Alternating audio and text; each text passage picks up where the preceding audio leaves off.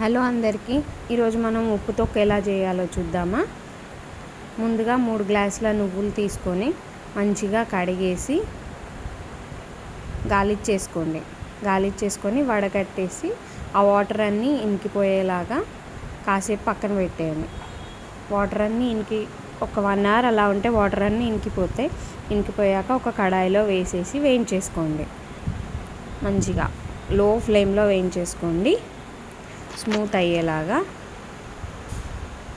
ఇలా పొడిగా అయిపోయాక ఇలా చేత్తో తీసుకుంటే పౌడర్ అయ్యేలాగా తీసుకోండి. పౌడర్ అయ్యాక వాటినన్నీ ప్లేట్లో వేసి చల్లారనివ్వండి.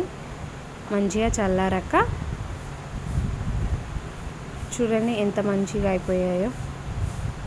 ఇప్పుడు చల్లారాక 3 గ్లాసుల నువ్వులు తీసుకొని 1 గ్లాసు సాల్ట్ తీసుకోండి. ఇప్పుడు ఈ గ్లాస్తో 3 గ్లాసులు నువ్వులు తీసుకున్నాం కదా, సో అదే గ్లాస్తో సాల్ట్ తీసుకొని మంచిగా కలిపేసేసి మిక్సీ వేసుకోండి. ఈ పచ్చడి ఉప్మాలోకి కానీ అన్నంలోకి కానీ చాలా బాగుంటుంది. ఉప్మాకైతే చాలా ఇష్టం నాకు.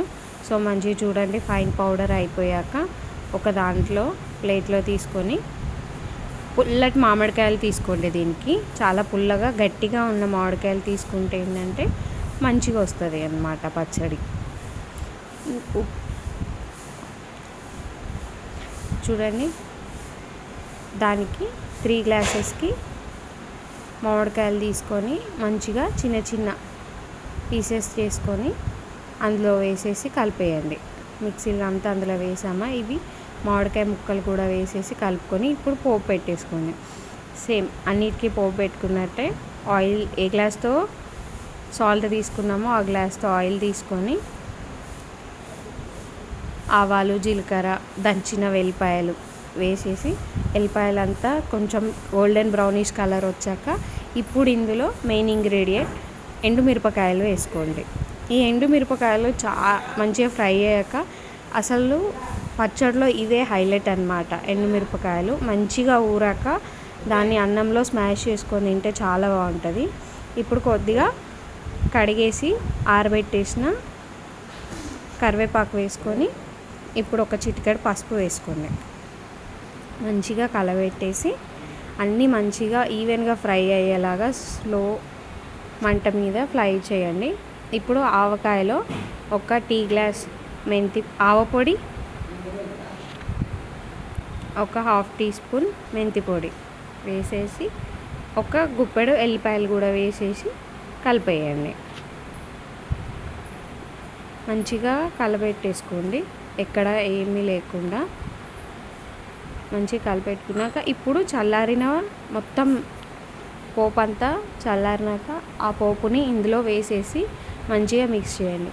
ఇది ఒక 3 డేస్ ఊరనిస్తే ఈ మిర్చి కూడా ఈ పచ్చడి 1 ఇయర్ వరకు నిలువ ఉంటుంది.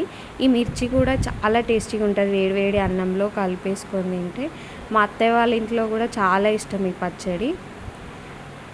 చూడండి మా నాన్నకైతే ఉప్మాలోకి చాలా ఇష్టం. ఎప్పుడు ఉప్మా చేసినా ఇదే పచ్చడి పెట్టుకొని తింటాడు. నేనైతే ఇప్పుడు 3 డేస్ తర్వాత చూడండి కలర్ ఎంత మంచిగా చేంజ్ అయిందో పచ్చడి ఆవకాయ. సో దీన్ని వేడివేడి అన్నంలో ఇప్పుడు కలుపుకొని అందరికీ అమ్మ ముద్దలు చేసి పెడుతుంది. ఊరిన ఆవకాయని ఆ లాస్ట్ గిన్నెలో కలుపుకొని తింటే చాలా టేస్టీగా ఉంటుంది. చూడండి ఇప్పుడు మిరపకాయ కూడా చాలా మంచిగా నలిగిపోతుంది ఇలా అంటే. సో ఆ మిర్చితో పాటు తింటే అసలు ఎంత టేస్టీగా ఉంటుందో.